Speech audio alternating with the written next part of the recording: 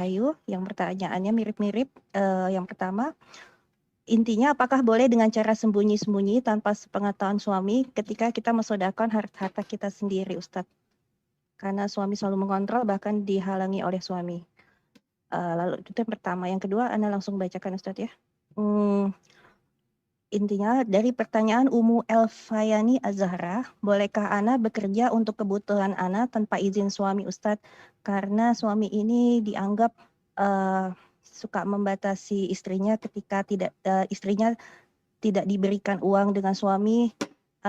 Untuk Ana simpan sama sekali, Ana tidak pegang uang, Ustadz. Apakah belanja kebutuhan rumah baru minta suami, dan suami yang dibeli harus dicatat secara rinci, walaupun harganya seperak, jika ada kembalian harus dikembalikan.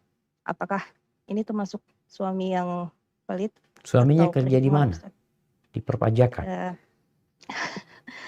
Wan kurang tahu, Ustadz. Nah, mungkin yang terakhir Anda langsung bacakan, Ustadz. Dari Umu itu yang Fares. kedua pertanyaannya, bolehkah bekerja? Ya, bolehkah bekerja untuk kebutuhan Ana tanpa izin Tanpa suami? izin suami. Iya.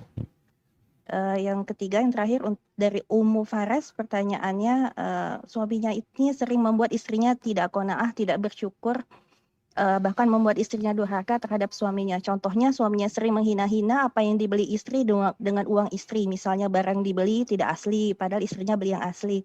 Selama 17 tahun pernikahan selalu demikian, Ustadz. Terus istrinya berdoa, tapi istri takut jika terusan begini, dan suami saat membuat istri marah, bahkan murka kepada suaminya, sehingga suami tidak memberi ridho kepada istrinya.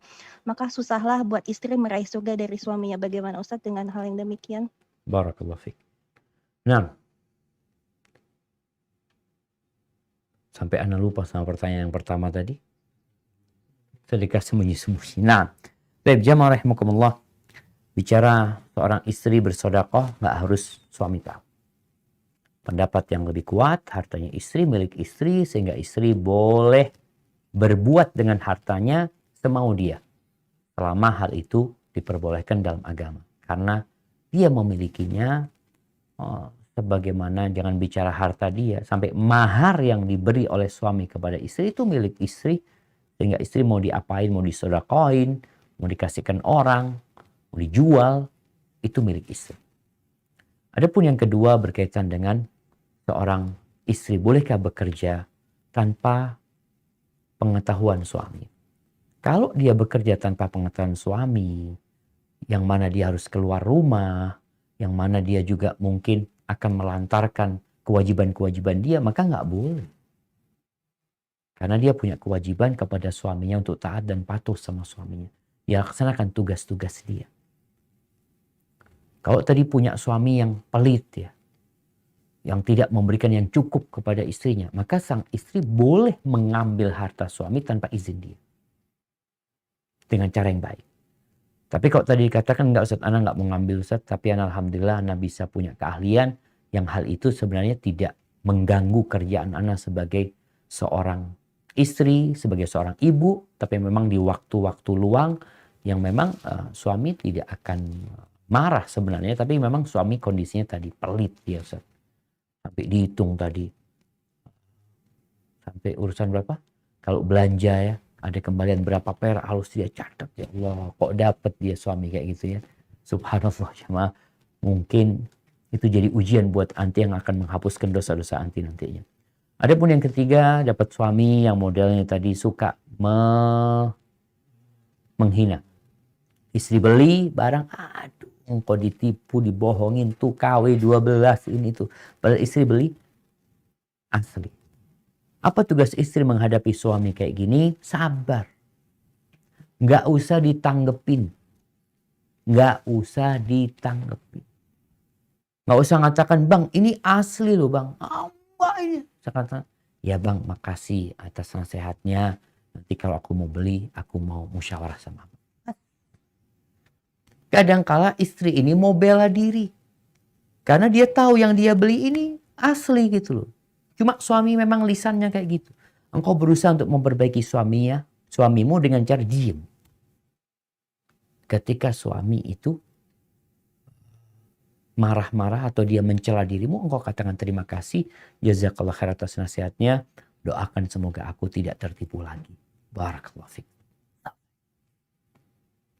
Semoga dengan cara seperti itu rumah tanggamu bisa terjaga. Kalau enggak tadi engkau akan marah-marah gara-gara menjawab.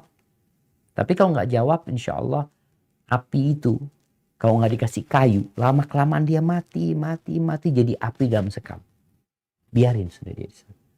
Tapi kalau engkau kasih kayu, apalagi dikasih bensin, hadza wallahu a'lam bishawab, itu yang bisa Anda sampaikan. Kurang lebihnya mohon maaf. Semoga Allah membimbing kita untuk jadi lebih baik. Apabila yang Anda sampaikan benar itu dari Allah Azza wa Jalla, kalau ada yang salah dan kurang berkenan, itu dari diri Anda pribadi. Allah dan Rasulnya terbebaskan dari kesalahan itu. Kesalahan yang tadi Anda sampaikan, ada satu hal yang Anda masih kepikiran yang berkaitan dengan Al-Fatihah tadi ya. Anda mau menyampaikan bahwasanya memang ada khilaf di antara para ulama. Apakah bacaan Quran itu bisa dihadiahkan atau tidak? Ada dua pendapat para ulama. Sebagian mengatakan bisa sampai.